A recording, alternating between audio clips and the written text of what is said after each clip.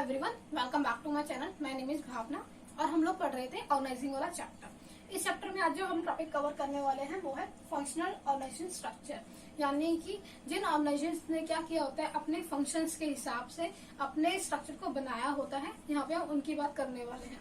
देखिए क्या होता है, कभी कभी कि ऑर्गेनाइजेशन क्या करती है, जो जो मेजर एक्टिविटीज को फॉलो करती है, जो मेजर फंक्शंस को परफॉर्म करती है, उनके अलग अलग डिपार्टमेंट्स बना देती है और वही डिपार्टमेंट के हेड होते हैं उनको जो पूरा काम उनसे करवाते हैं, यानी कि जो एक्सपर्ट्स लोग होंगे, ऑब्वियस सी बात है।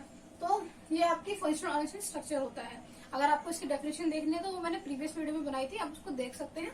उसका लिंक मैं आपको डिस्क्रिप्शन बॉक्स में दे दूंगी।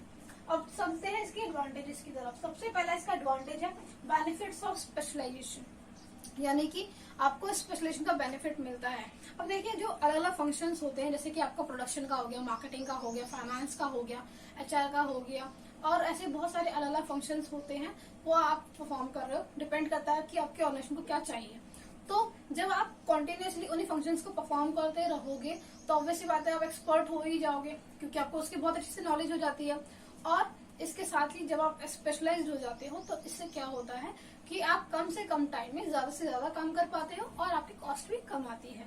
तो ये आपको बेनिफिट यहाँ पे मिल जाता है। और क्योंकि ये सारी जो एक्टिविटीज होती है एक्सपर्ट के देखरेख में ही की जाती है, तो ये बहुत अच्छे से होती है। इसके बाद जो नेक्स्ट है वो है हमारा कोऑर्डिनेशन इज एस्टैब्लिश्ड। यहाँ पे क्योंकि सारे लोग यानी एक फंक्शन में यानी एक डिपार्टमेंट में एक ही टाइप की एक्टिविटीज को फॉलो कर रहे होते हैं, तो उनको सारी चीजें मैनेज करने में इजी रहता है और उनमें कोऑर्डिनेशन भी बहुत अच्छा रहता है, क्योंकि सारे लोग एक ही काम कर रहे हैं। इसके बाद आता है हमारा मैनेजरियल एफिशिएंसी इंक्रीज, यानी कि जो भी मैनेजर की एफिशिएंसी, मैनेजरियल एफिशिएंसीज होती हैं वो इंक्रीज हो रही है। कैसे? क्योंकि आप over the period of time same ही काम को कर रहे होते हैं। इसके बाद आता है मिनिमम डुप्लीकेशन ऑफ एफर्ट्स, यानी कि यहाँ पे डुप्लीकेशन नहीं होता। क्यों? क्योंकि आपने बताया कि आपको सारा काम ये करना था और आपने उनके हर एक के अलग अलग डिपार्टमेंट्स बना दिए। सबके अलग अलग डिपार्टमेंट बना दिए तो वो ही डिपार्टमेंट उस पर्टिकुलर काम को करेगा, कोई और तो नहीं करेगा। तो आपने जब पहले ही काम को साइन कर दिया तो डुप्लीकेसी का तो यहाँ पे सवाल ही नहीं होता, तो ओवरलैपिंग ऑफ वर्क यहाँ पे नहीं होता है। इसके अलावा आता है ट्रेनिंग इज फैसिलिटेट्स। यहाँ पे ट्रेनिंग देने में भी इजी रहता है। क्यों? क्योंकि आपने एक फंक्शन के हिसाब से कुछ स्पेशल स्किल्स ही चाहिए होती है, स्पेशल सेट ऑफ स्किल्स ही चाहिए होती है, तो आप सिर्फ उन्हीं स्किल्स की ही आप ट्रेनिंग प्रोवाइड करोगे। आपको सारी स्किल्स की आपको ट्रेनिंग देने की जरूरत नहीं होती है। इसके बाद आता है equal weightage to all function. यहाँ पे जितने भी फंक्शंस कर रहे हैं डिपार्टमेंट, यानी कि जितने भी फंक्शंस हैं सारे डिपार्टमेंट जो उनको फॉलो कर रहे हैं, काम करवा रहे हैं, उसमें वो सबको इक्वल वेटेज दी जाती है। किसी को भी छोटा या बड़ा नहीं समझा जाता है। आई होप आपको इसके एडवांटेजेस समझ में आ रही होंगी। अगर आपको कोई भी डाउट होता है तो आप मुझसे पूछ सकते हैं कमेंट सेक्शन में। नेक्स्ट है हमारा लिमिटेशन, यानी कि इसकी लिमिटेशन या डिसएडवांटेजेस क्या है। देखिए सबसे पहला है इग्नोरेंस ऑफ ऑर्गेनाइजेशनल ऑब्जेक्टिव्स।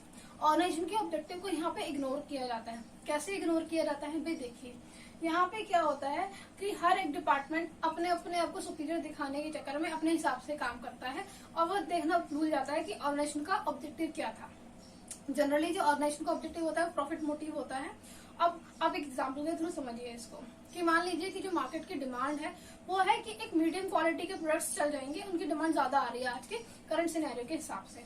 तो और जो हमारा प्रोडक्शन मैनेजर है वो क्या करवाया जा रहा है, वो बेटर क्वालिटी के प्रोडक्ट्स ही बनवा रहा है, अच्छी क्वालिटी का सामान बनवा रहा है। तो अच्छी क्वालिटी की जो मार्केट में डिमांड ही नहीं है तो लोग खरीदेंगे भी नहीं, या फिर ना के बराबर ही खरीदेंगे।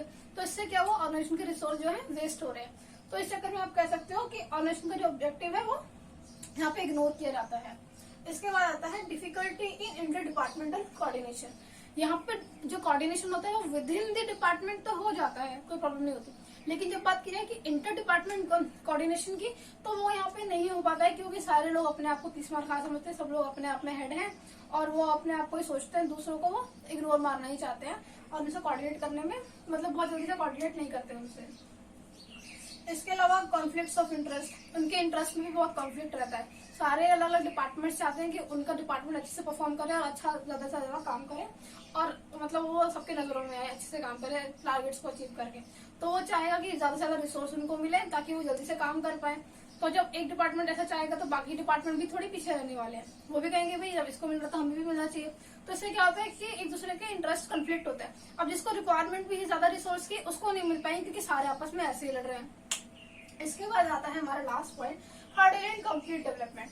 कंप्लीट डेवलपमेंट यहाँ पे नहीं हो पाता। ऐसा क्यों? क्योंकि आप क्या कर रहे हो, एक फंक्शनल डिपार्टमेंट में एक पर्टिकुलर काम ही कर रहे होते हो, आप सारे काम तो नहीं कर रहे होते हो। जो आप एक ही पर्टिकुलर काम कर रहे हो तो आप उसमें तो अच्छे हो गए, लेकिन आपको ये नहीं पता कि बाकी सारी जो चीजें हैं वो कैसे की जाती हैं। तो इससे क्या हुआ, आपका ओवरऑल डेवलपमेंट नहीं हो पाता है। आई होप आपको इसके लिमिटेशंस काफी हद तक समझ में आ गए होंगे। अब हम इसके लास्ट टॉपिक की तरफ बढ़ते हैं, जो कि है सुटेबिलिटी, यानी कि ये कहाँ पर सुटेबल होता है। ये वाला स्ट्रक्चर, फंक्शनल ऑर्गेनाइजेशनल स्ट्रक्चर कहाँ पर सुटेबल है, कहाँ पे इसको फॉलो कर सकते हो। जहाँ पे आपका एक ही प्रोडक्ट होगा आप वहां पे इसको फॉलो कर सकते हो। अगर आपके प्रोडक्ट ज्यादा होंगे तो आप वहां पे इसको फॉलो नहीं कर सकते। जहाँ पे आपकी ऑर्गेनाइजेशन बड़ी साइज की होगी वहां पे इसको फॉलो किया जाता है। जहाँ पे आपको स्पेशलाइज नॉलेज की जरूरत होती है, क्योंकि अलग अलग फंक्शन है, उनको स्पेशलाइज नॉलेज चाहिए, तो वहां पे इसकी जरूरत पड़ती है। तो चलिए देख लेते हैं। Where the size of the business unit is large, यहाँ पे हमारे बिजनेस का जो साइज है वो बड़ा है, तो इसलिए हमको अलग अलग फंक्शंस को डिवाइड करने की जरूरत पड़ी। नेक्स्ट है हमारा वेयर स्पेशलाइजेशन इज रिक्वायर्ड, जहाँ पे स्पेशलाइजेशन की जरूरत पड़ती है, क्योंकि हर एक फंक्शनल डिपार्टमेंट के लिए हमें एक स्पेशलाइज एक्सपर्ट चाहिए होता है, स्पेशलाइज बंदा चाहिए होता है। फिर है where decentralisation of authority is needed, यानी कि एक ही बंदा सारी एक्टिविटीज को हैंडल नहीं कर सकता है, तो हमने क्या किया, अपने अथॉरिटी को डिसेंट्रलाइज कर दिया, अलग अलग डिपार्टमेंट के मैनेजर्स को दे दिया, एक्सपर्ट्स को दे दिया। और लास्ट है where there is only one product that is sold, यहाँ पे सिर्फ एक ही प्रोडक्ट है जिसको बेचा जाना है मार्केट के अंदर। अगर ज्यादा होंगे तो हम कोई दूसरा मेथड यूज करेंगे, डिविजनल वाला करेंगे, जो हम आने वाली क्लास में देखेंगे ही। तो करंटली अभी जो एग्जांपल है इसके लिए हम दे सकते हैं स्टारबक्स कॉफी का, कि उनका एक ही प्रोडक्ट है, उसमें थोड़ी वेराइटीज है, लेकिन हमारा जो मेन प्रोडक्ट है वो स्टारबक्स का कॉफी का ही है। तो जो स्टारबक्स कॉफी है वो फॉलो करती है फंक्शनल ऑर्गेनाइजेशनल स्ट्रक्चर को। तो आई होप आपको ये वीडियो समझ में आया होगा। अगर आपको ये वीडियो अच्छा लगा तो आप इसे लाइक कीजिएगा, अपने दोस्तों के साथ शेयर कीजिएगा, और अगर आपने मेरे चैनल को अब तक सब्सक्राइब नहीं किया तो फिर सब्सक्राइब भी कीजिएगा। थैंक यू सो मच मेरी वीडियो को देखने के लिए।